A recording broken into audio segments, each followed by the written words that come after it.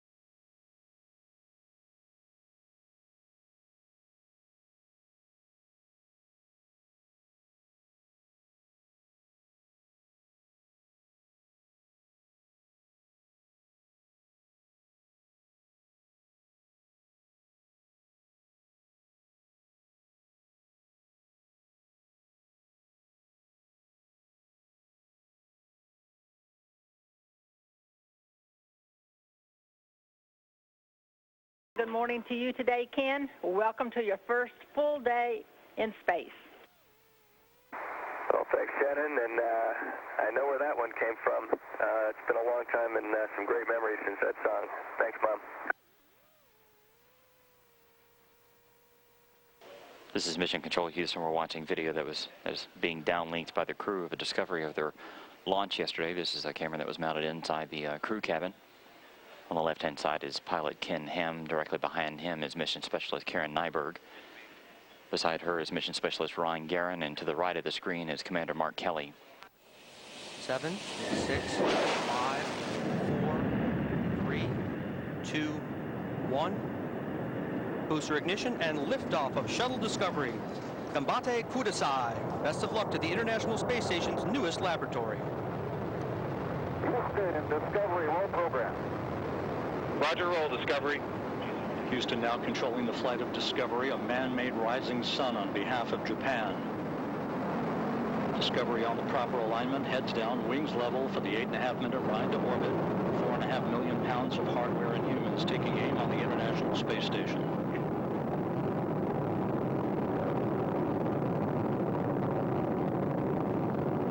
Seconds into the flight, the 3 liquid fuel main engines now throttling back to 72% of rated performance, going in the bucket, reducing the stress on the shuttle as it goes supersonic.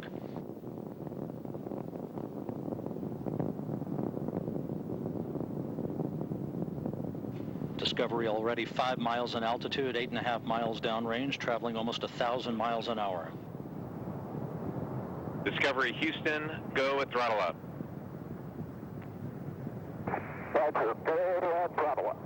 Throttle up call acknowledged by Commander Mark Kelly, joined on the flight deck by pilot Ken Ham, flight engineer Ron Guerin, and mission specialist Karen Nyberg. Down on the middeck are Mike Fossum, Aki Hoshide, and Greg Shamatov, heading for a half year on the International Space Station.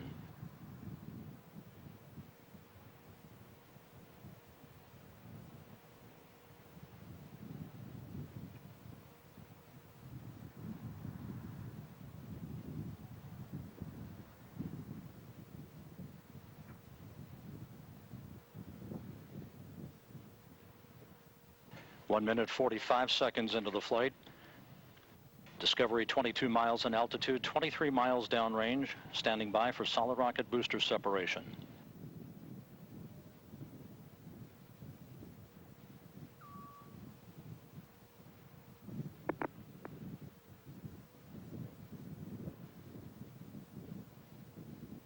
Copy, state.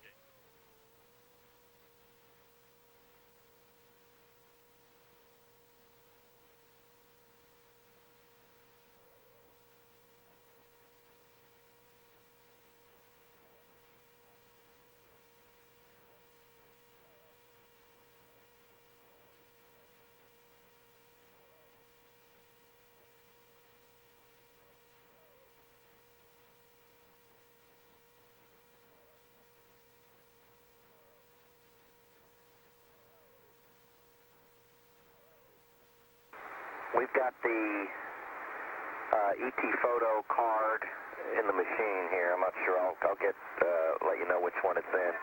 It's actually in the KFX, and we'll be sending you the ET handheld video down as soon as the SN video is complete. Thank you, Monk. You're seeing the end of the replay of the ascent flight deck video that was captured by a camera on the flight deck looking aft during Discovery's climb to orbit yesterday. Pilot Ken Ham on the left, behind him Karen Nyberg, Ron Garan in the middle of your screen. That is Mike Fossum reaching across Garan. Fossum floated up from the middeck where he was seated along with Aki Hoshide and Greg Shamatoff for launch yesterday. This was in the post-main engine cutoff time frame. You see Karen Nyberg getting out of her seat. She operated a video camera, and Mike Fossum operated a digital still camera to take high-resolution pictures of the shuttle's external tank from a distance of about 1,450 feet as it floated away from the shuttle Discovery following a maneuver by the orbiter following external tank separation. The reference that Kelly made a moment ago was that the card containing the photos of the external tank that Fossum took is going to be downlinked for imagery analysis here on the ground a short time from now. And in the next few minutes, we should be seeing, as soon as this video is over with, the video of the external tank that was captured by Karen Nyberg using a video camera that will be downlinked a short time from now. Again, all of that is part of the archive of imagery that will be analyzed by mission managers in determining whether or not any debris struck the orbiter during its climb to orbit. It is not believed to be the case. Any debris that apparently was liberated during the 8.5-minute ride to orbit was so after Discovery had reached the point of its ascent where it was out of the discernible traces of Earth's atmosphere, out of the critical area of debris transport capability. And so all of the imagery analysis will begin in earnest today, along with much of the imagery that was captured by cameras down at the Kennedy Space Center and airborne during Discovery's climb to orbit.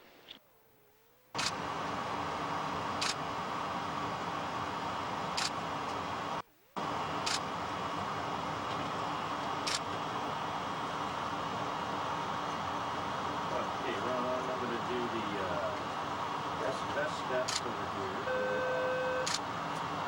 Right. Yeah, totally expected there. Take a look at that one.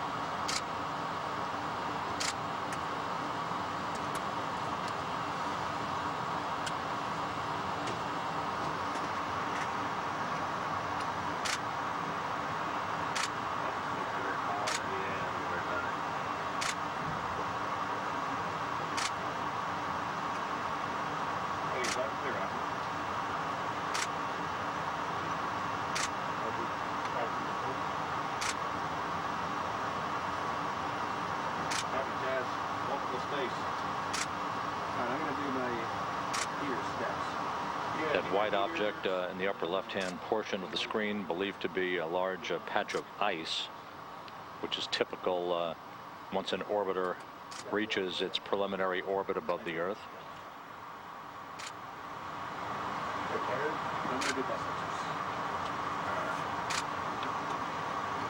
Not right now.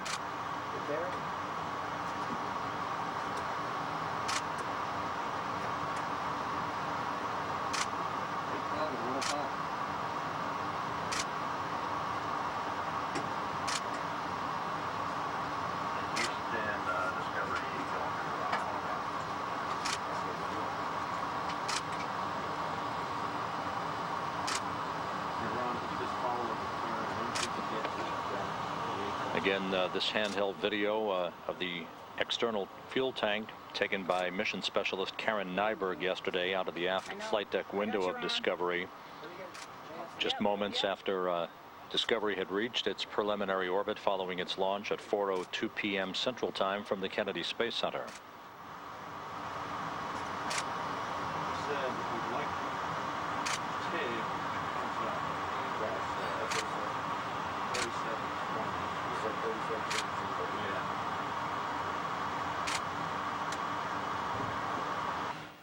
Ron, welcome to space. We're here. Okay, so Hawk, you got MPS power down, GH2. Right, that's all complete. See them both at the door. Call. Might be in spring. Discovery Houston on 1 for the I know, ET I've handheld got video. Looks like right that's here. done. Thank Hey, you for the Karen? great Yeah? imagery. I don't want to rush you, Right? but in post-insertion, Houston Discovery. Copy that. Thanks, Dick. This video shot yesterday, just moments after the orbiter reached its preliminary destination in orbit in pursuit of the International Space Station. Hey, Mike.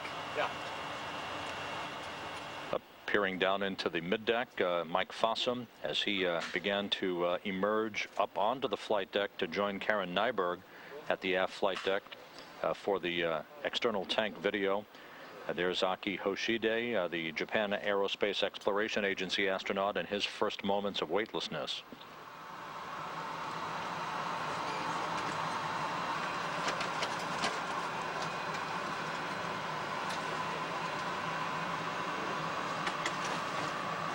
Discovery complete with post-insertion blocks 2 and 3, and block 1 is in work.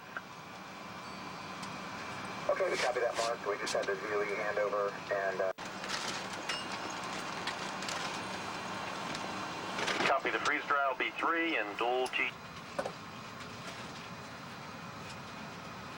A look at Greg Shamatov, who tomorrow will join Expedition 17, and his commander Sergei Volkov and flight engineer Oleg Kononenko. Karen Nyberg getting her first drink in space down in the middeck. Shamatov stowing gear down in the middeck following his arrival on orbit to begin a half year in space. There we go. Yeah. You gonna hook it up? Yeah.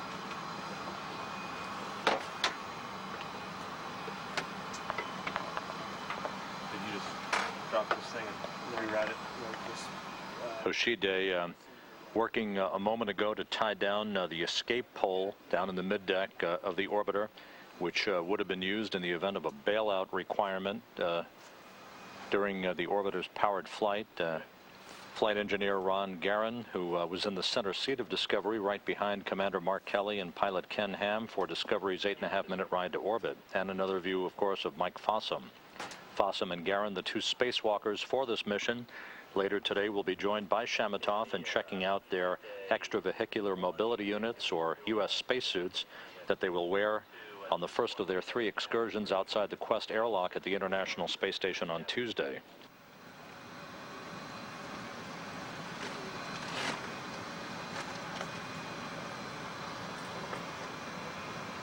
Hey, Aki. Hey,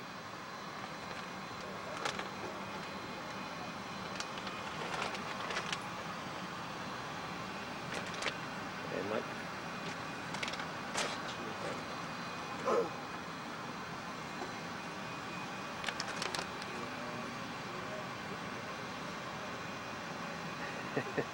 This is the bag room. Yeah, it's a bag room, all right. And you're the bag lady.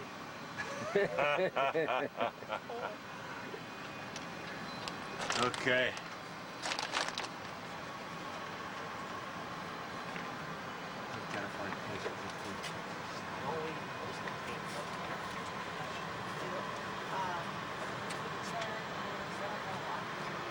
Oh yeah, they wanted us, they gave us a time to download that if you wanted to do it. Look at that amazing hair. That's cool. Hey, Ron. 5 minutes ago. But do we have the tape? It's, I don't know what V10 went. Not this cocky. It might be one of these. Hey, Mark. With it. Yes. Mark, are you and Hawk sleeping up there? Yeah. Okay, we'll find your bag. Hey, Aki. Yeah. The V10 that you brought down, was the tape still in it? Which one? The flight deck V10. Karen saddlebag. Yeah, it's up there on the port side. Oh, here it is. Is this it? So this tape that was in here, there's Billy Door. Yeah. So this guy, you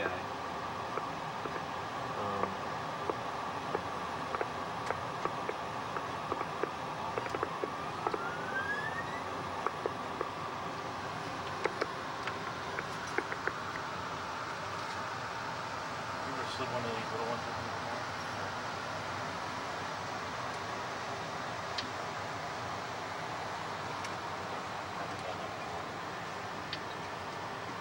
Huh? Yeah. Have you ever slid a little tape in there before? Yeah, I think I have. It should just fit right in there. You're all right. Oh, there it goes. One. Okay, this was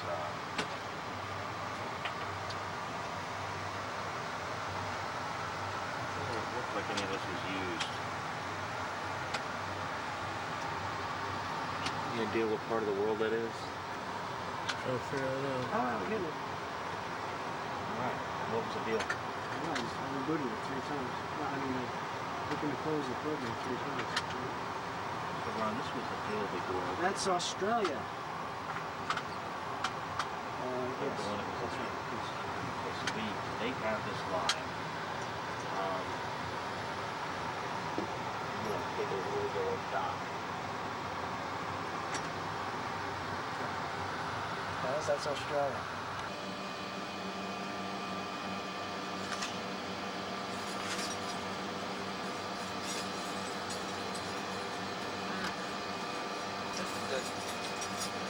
Hey, Mark, you're on camera here.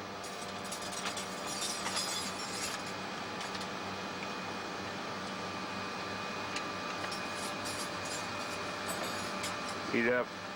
Don't play with scissors. Eat up, Ronnie.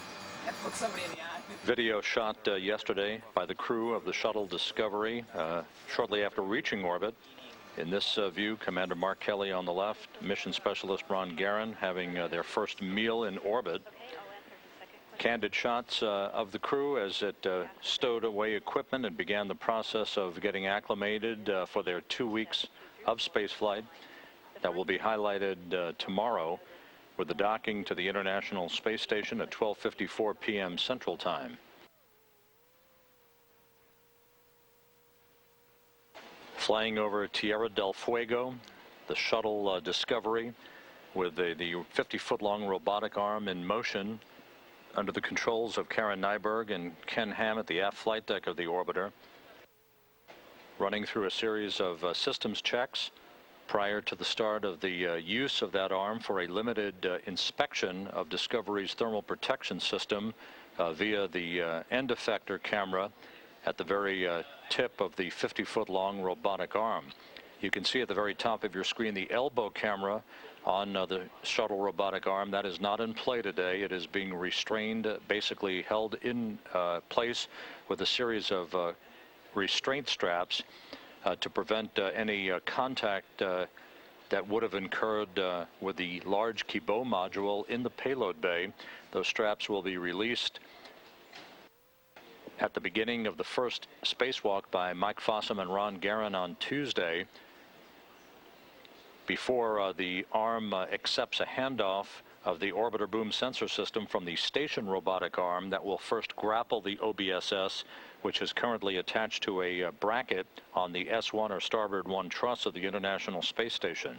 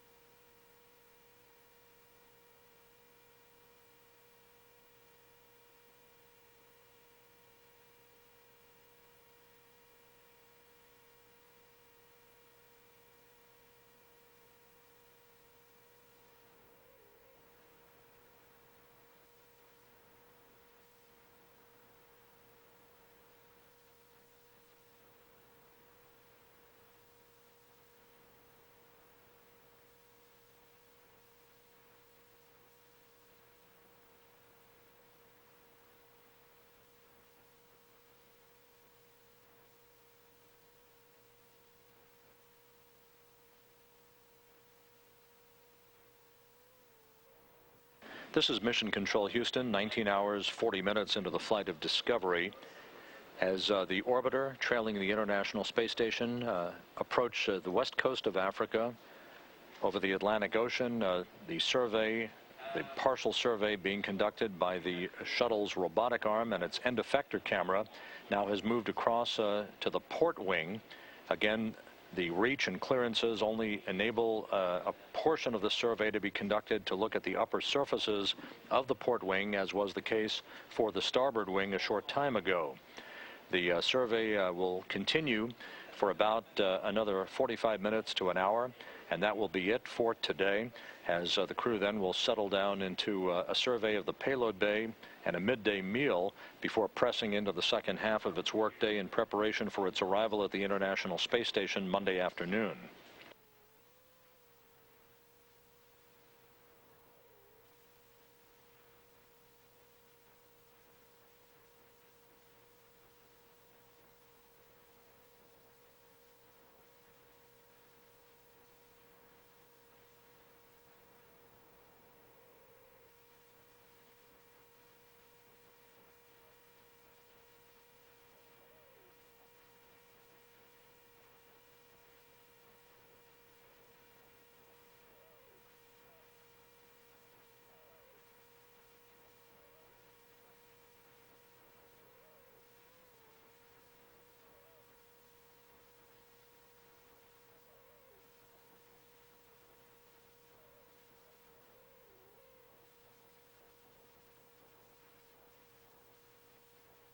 There's Mission Specialist Karen Nyberg in the video taken earlier while she was controlling the shuttle's robotic arm, looking inside the shuttle's window.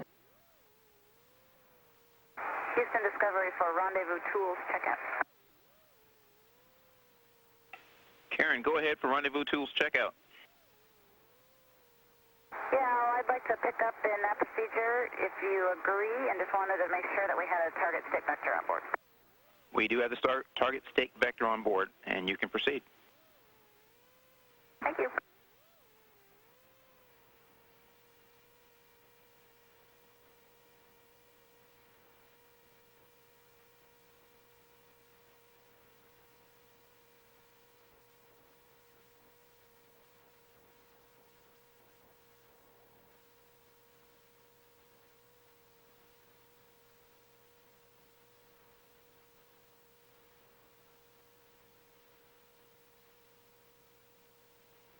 Another view inside the shuttle's payload bay from earlier. This one on the left, moving towards the top of the screen. You can see the Kibo Laboratory and its own robotic arm.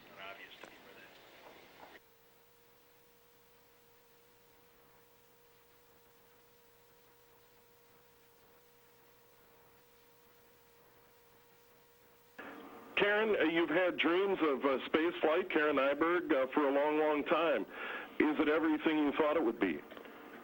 I think it's everything and more. It's been actually a blast. The launch yesterday was incredible. When we were waiting on the pad, it actually seemed like one of the sims, but once the boosters lit, definitely was not a sim, and it's been a lot of fun since. Minnesota's own Karen Nyberg joining us. How has your training compared to the real thing so far? Actually, the training is very, very close. I've been surprised.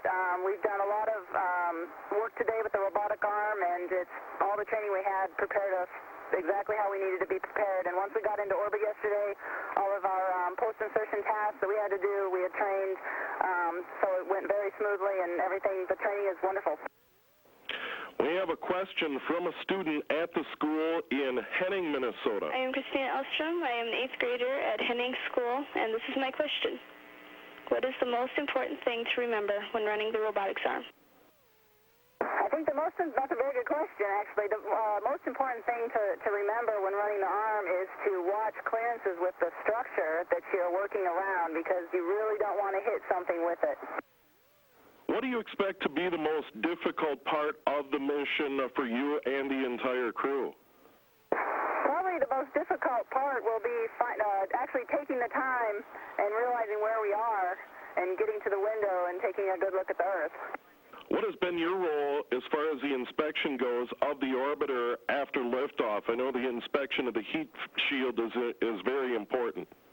That's correct. Today we used the robotic arm and just the camera that's on the end effector and did just a quick inspection as much as we could with what we have without the orbiter boom sensor system, which is the big inspection pole that we use. And we just did a quick survey of as much of the leading edge as we could, and it all looked great as far as we could see. I know you're very busy, but how's the view? It's indescribable. It's beautiful. We've been taking a couple seconds when we get a chance and looking out and pointing out different things, and I've seen a couple sunrises and sunsets. It's incredible. And I know you're very, very busy. There's important objectives, including installing this new module, this multi-billion-dollar Japanese science module. Tell us what that laboratory will do. The Japanese laboratory, like you said, is a large laboratory. It's going to be the biggest module that we have on the space station, and it will be primarily for science. And it's one neat thing about it is it's going to have an exposed facility, so some of the science experiments will be able to spend some time out in the vacuum of space. Karen, as we talked about earlier, as we heard you talking about, this has been a dream of yours since you were little. How much of you right now is that little kid sort of still dreaming, and how much of you is in strict mission mode? I think it's a mixture of both, actually. Earlier today I came up to the flight deck and I said to everyone, I want to be an astronaut when I grow up. So I think it's still a dream, but at the same time there's a lot of work to be done. Now this is your first mission into space on the shuttle. What was it like taking off yesterday? I mean, what was that experience like? It was a little surreal, actually. Sitting on the pad was very much like being in one of our simulators, but as soon as the solar rocket boosters lit up, you definitely felt it.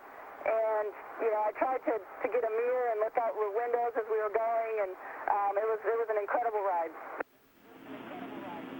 I mean, can you compare it to anything?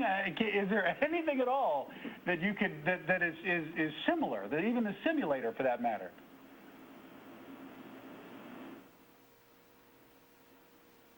Nothing that I've experienced compares. Karen, tell us a little bit about your role in space, what you're going to be doing. I understand you're going to be the first person to ever operate, is it 3 robotic arms at the same time?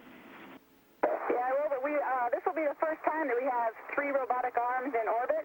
We've had the space station arm and the space shuttle arm, and now attached to the Japanese module is also a robotic arm.